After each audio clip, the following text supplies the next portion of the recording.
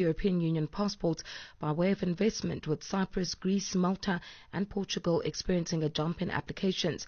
That's according to South Africa-based immigration firm. The group says that since 2018, there's been an increase of 364% in interest from South Africans for a second passport, as what may refer to as Plan B gains popularity in the country. For more on this, Channel Africa spoke to Marisa Jabobs, Director and Immigration Specialist.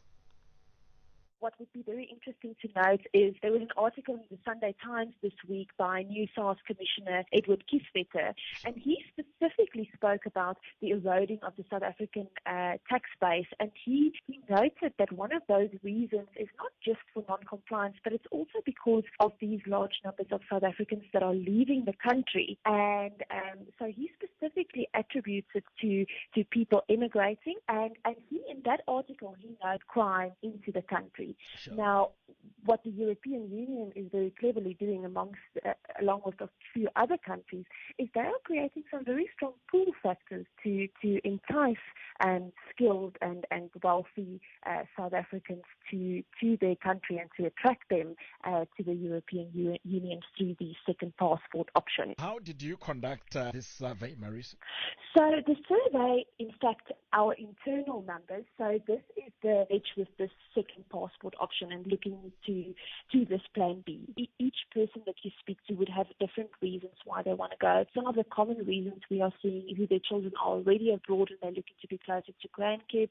There's definitely a layer of uncertainty in the local market where guys are looking at who are, on the other hand, celebrating the good news coming out of the country instead of focusing on negative narratives. They have in fact formed a Facebook group, hashtag I'm Staying, which is drawing hundreds of thousands of South Africans. How many South Africans are we talking about here that are leaving the country? Sure, the statistics and the numbers are very vague. The Department of Home Affairs is notoriously bad at keeping record of the South Africans that are leaving the country. But I love this new way that there are South Africans leaving the country. We are seeing a massive influx of Europeans, UK nationals who are coming into South Africa, absolutely love it, from other countries. So there's very much a balance in looking at the immigration movement. Now, I suppose, Marisa, the power of storytelling to encourage people to stay based on real stories in the country is key, isn't it? What do you think needs to be done to prevent people from leaving the country, notwithstanding, of course, the country's turbulent prospects? I think there are huge economic turbulences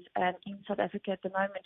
But as a business, we are on the other side of it, and I certainly don't agree with the sentiment. I am very well rooted in South Africa and have no intention of leaving. And I think there are many South Africans like me and like us who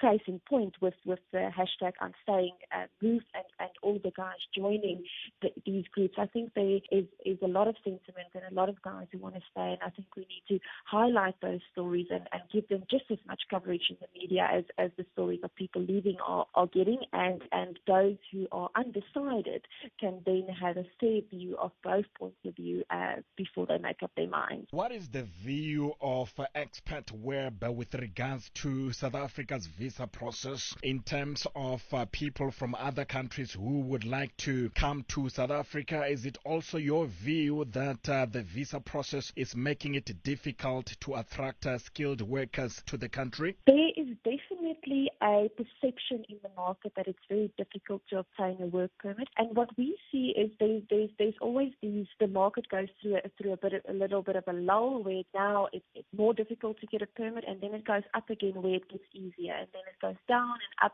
So it's constantly moving.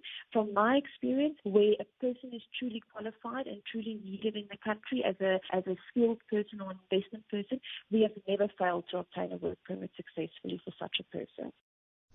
That's Marisa Jabobs, Director and Immigration Specialist at Expert Web, talking to Kumbero Munjere.